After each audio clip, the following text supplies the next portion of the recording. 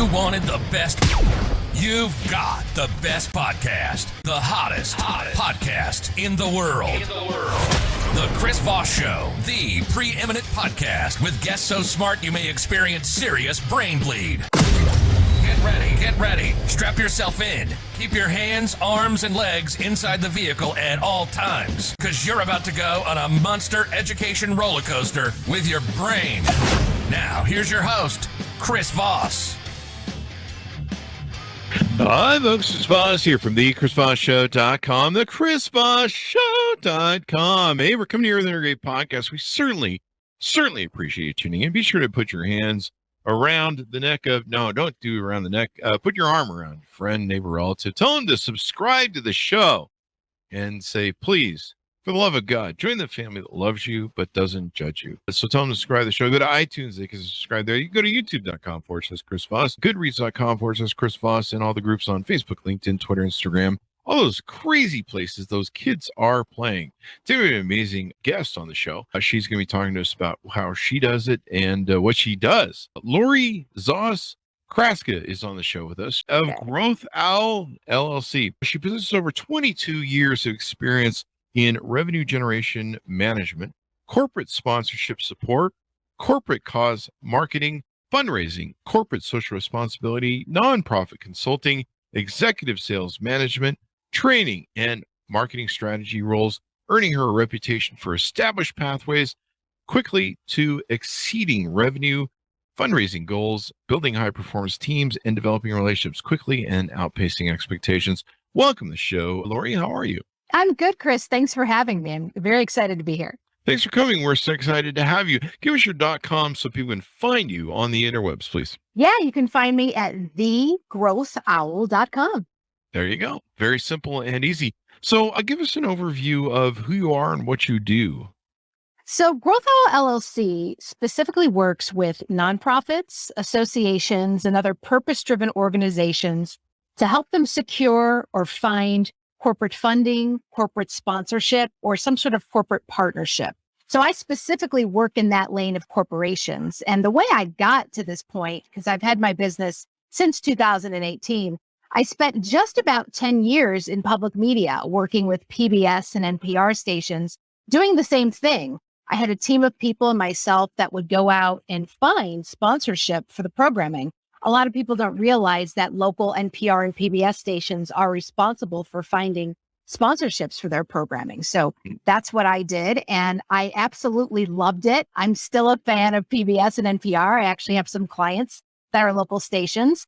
But I thought to myself, it would be great if I could take that success and put it into my own business and work with other types of nonprofits, associations, purpose-driven organizations to help them in front of corporations. Mm-hmm. And besides representing, I also offer lots of training. I can come in, I work with executive directors, presidents, I work with development teams to train them on how to effectively engage and get sponsorship dollars.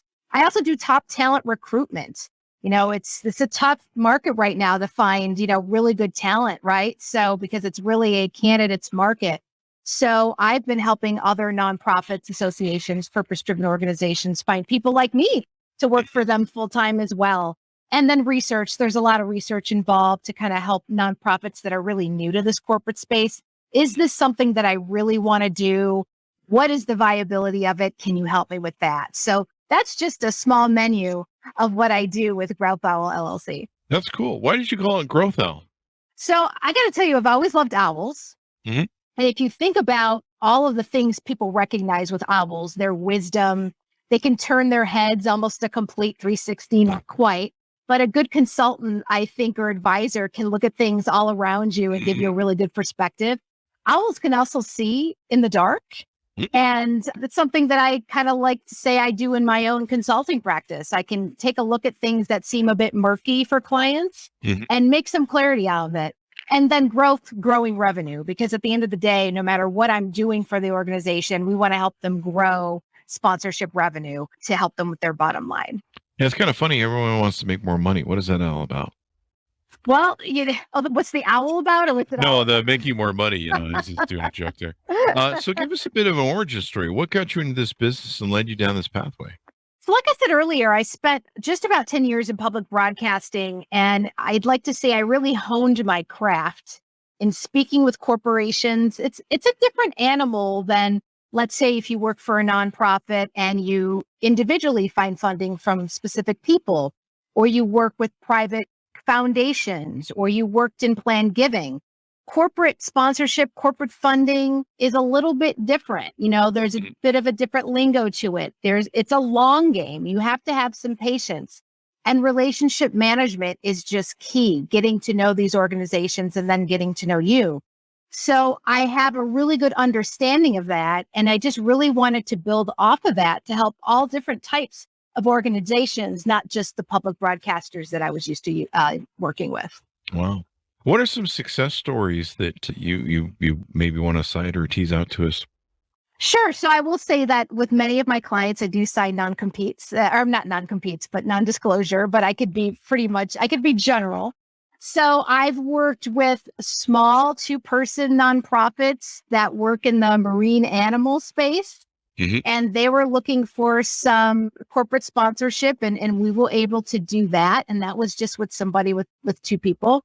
I also work with multi-million-dollar nonprofits that have national and international footprints that are helping people, animals, places, things all around the world, and help them better leverage themselves with corporations. Some of the organizations I work with, they were successful to a point, but they couldn't get past like a threshold number to bring in dollars or to start partnerships. Mm-hmm. So someone like me can come in and just kind of tailor it a little bit, just kind of re-hone what they're doing. Sometimes it's just a small tweak that can be the difference between 6 or 7 figures coming into your organization. Yeah. Yeah. Sometimes it's just that little thing that, once you pull it out, it's kind of like what was the old thing about the tiger and the needle in his paw or whatever? You just pull it out. Oh, right. Yeah. Exactly. It's amazing. Sometimes it's kind of like a combination safe. You're sitting there twisting all the dials and and you just have to get that right, dial setting and, left to or whatever, I tell people corporations are like people. They're ran by people, and they're all very different and unique. So someone like me can come in and help them quickly assess the organization that they're looking to potentially get sponsorship or funding from, and then give them kind of a pathway to how I think they'd be successful in engaging them. There are companies that are very strict and very conservative on how they like to be contacted. Other companies are much more loose. And when you get on a Zoom, there is a CEO that's in a t-shirt and jeans. And so you have to just kind of figure out the corporation that you're reaching out to and find the style that they respond to, because they're not all alike. Yeah. Yeah. And I imagine every corporation is different, right? Absolutely. Kind of has culture and absolutely. Yeah, from top down. And like I said, there are some corporations that like to be contacted more formally, sometime a letter of engagement, sometime a formal email, while others, they're very easy to engage. A simple LinkedIn message. Hey, let's have a virtual chat, virtual coffee for 15 minutes. Let's even see if there's a interest here between the 2 parties. So we engage people very differently, and corporations very differently. Yeah. So you work with nonprofits. Sometimes that's a hard space sometimes to work in, especially given their budgets. What are some things that you help nonprofits with?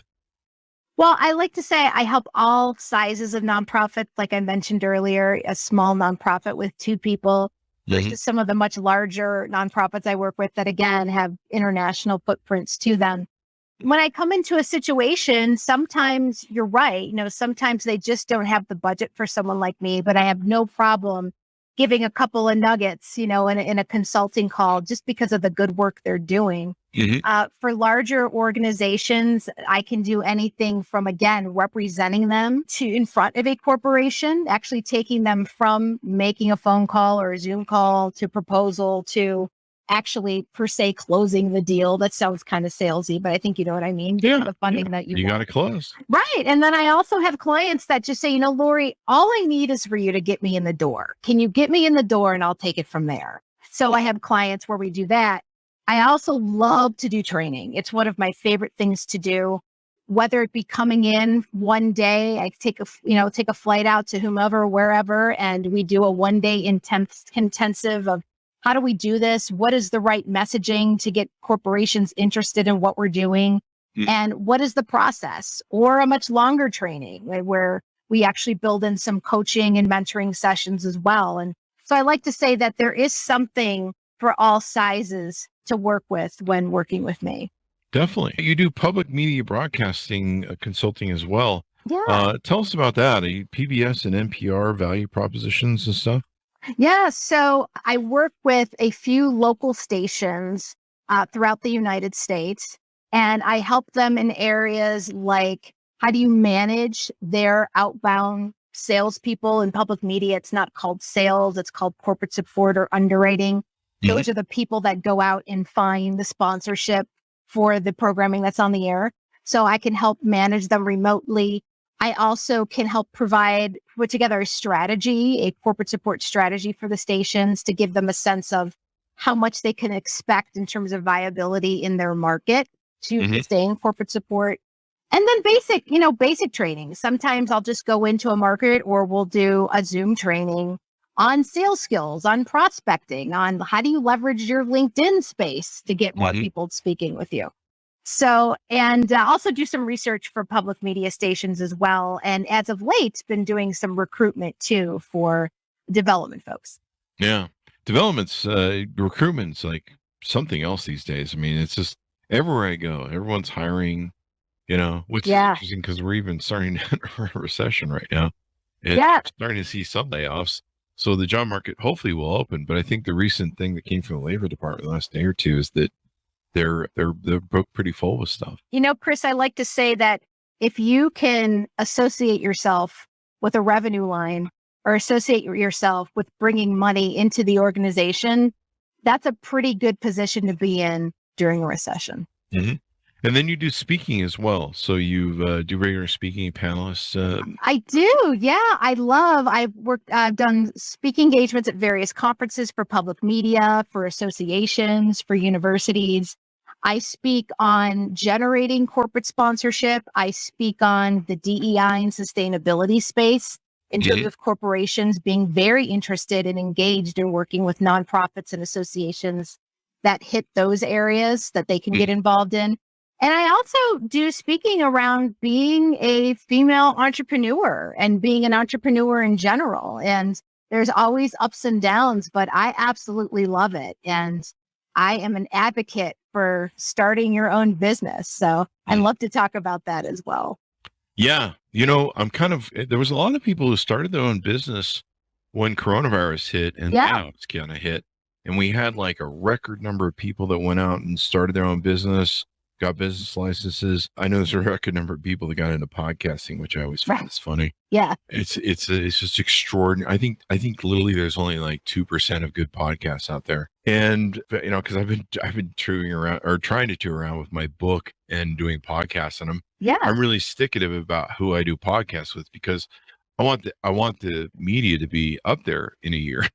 Absolutely. Right. I mean, we've actually had like top book authors, guys who were on like top shows for TV that I was checking their media to watch their interviews before.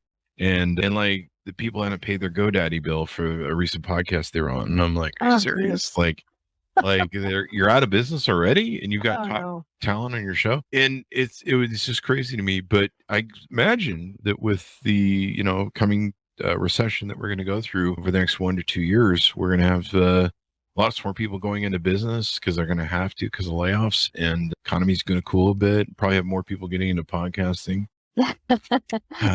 It's always fun to me that people call me up after being on the show. They go, I really love being on the show. I really love you make it seem so easy. And I'm like, I've been doing it for 12 years. Yeah. And they go, I'm going to do a podcast. And I'm like, okay, well, have fun with that. Right. And they'll call me later and they go, this is really hard. There you go. But, speaking about business and teaching people business, how to do business, sometimes these are the times that create a lot of people who need to go start their own companies. That's right. Absolutely. And usually sometimes the best innovative times that come out of these periods. Yeah, it really forces you to be creative. And I think the best advice that I got, because I spoke to a lot of people who had started their own businesses before I did, and the consistent advice that I got was, don't be afraid to try new things. Yeah. And also realize that what your business looks like year one, if you're doing it right, it's going to look different in the next 4 years. And they're right. Yeah. So, you can't be afraid of change, and you've got to try new things, and you can't stay stuck in your ways to be successful. That's true, because, a lot of people, and I talked about this in my book, a lot of people will get a business model. Sometimes it's successful, sometimes it won't. They'll run that thing into the ground over a course of, months to years, and they won't adjust. They're That's like, right. well, this works. We just got to keep doing it. And we're just probably hitting a spot. And it's like, no, you constantly have to adjust. The market adjusts, the industry adjusts, your vendors adjust, your supply chains, as we've learned. Adjust. Right. That's right. It's that definition of insanity, right? Yeah. I mean, I never thing over and over and expecting the same result. You can't. Yeah. It's amazing. I used to do a lot of first right of refusals on companies that were going bankrupt, and being like, call me, but don't call me right before you go to before you're dead.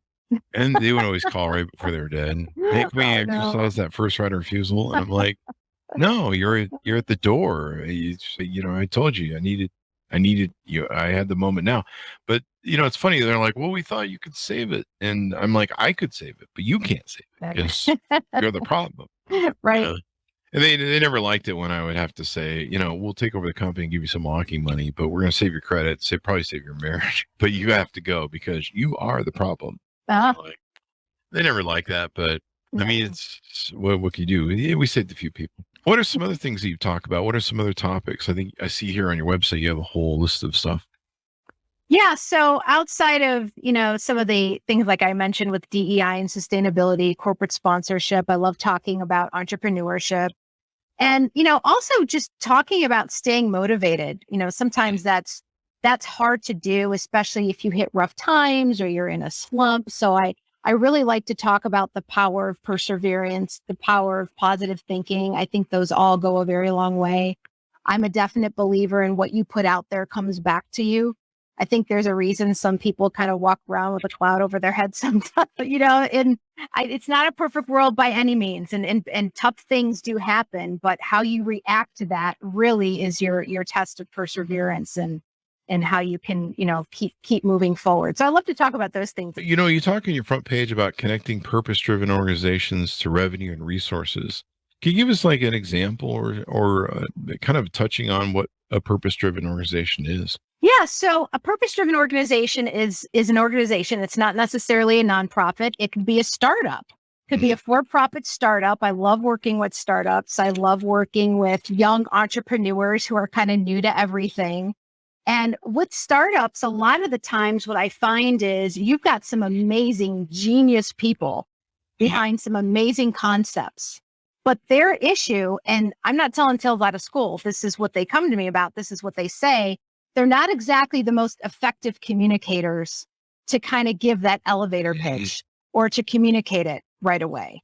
What I find is that startups, founders, they get really, really in the weeds and into the details sometimes that you just start to lose people.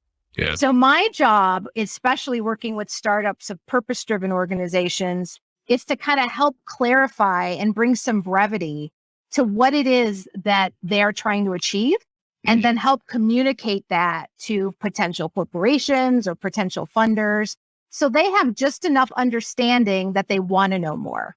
I think the issue with a lot of startups is that they try to throw too much information at once in an initial meeting. Yeah. And you just start to lose people, especially when it's a corporate contact. So I work on the communication front with a lot of these startup founders on how do you really put together a really good message to craft that's going to resonate and give just enough to get that second meeting. Yeah. Building companies is hard, man. I think it's like podcasting. People don't realize that it's much harder than you realize, and it's much more complex. Like people are just like, I need to start a company and you're just the boss. Yeah. And I've learned that you have to ask for help. I still am kind of the type of person. I'm very type A. I like to do everything myself, right? But there are things that I realized in my business I needed to let go and let other people do it. And I'm so glad that I did, because it's freed up more time for me to do the things that I really like, the client-based stuff. But also there are also larger things where you need to bring in industry experts. So I might know a little to be dangerous, but letting go and letting people that know what they're doing, it's from an industry standpoint to help you is essential. And I find that those are the people that are really successful. They're not afraid to ask for help and they get it. Yeah, most definitely. What are some other aspects of how you do and what you do that we haven't touched on?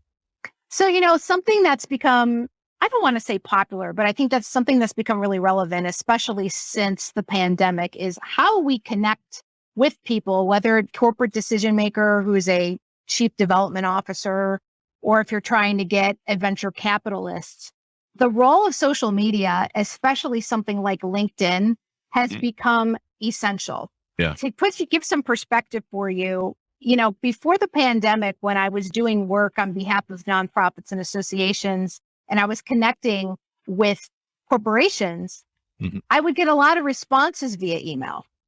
Now, not so much. I'm doing a lot more connecting and having very brief conversations via LinkedIn. Yeah. And then taking those messages and those conversations offline, either off of LinkedIn and going on to Zoom or to or something in person. So it's very interesting how the platform of how I'm contacting people and how others are contacting people has really started to shift to this focus on professional social media like LinkedIn. There's even businesses now, there's business strategies around TikTok, which, initially to me, I'm like, TikTok for business. And then the more I looked into it, I'm like, wow, there's something here. So again, going back to, you have to adapt and try new things. Yeah. So I think that's something that's really changed in my business. And then also that I offer to clients is kind of a consult. What's kind of something that we can take the dust off of and try something new in terms of how you're contacting potential funders. The LinkedIn has really come into its own, especially with the LinkedIn newsletter. I love that thing. Yeah. Ours is just growing all the time, and the eyeballs it gets. The LinkedIn group, of course, years ago, I used to be one of the top 1% on LinkedIn search for. Right. I think like the first 10 years or something.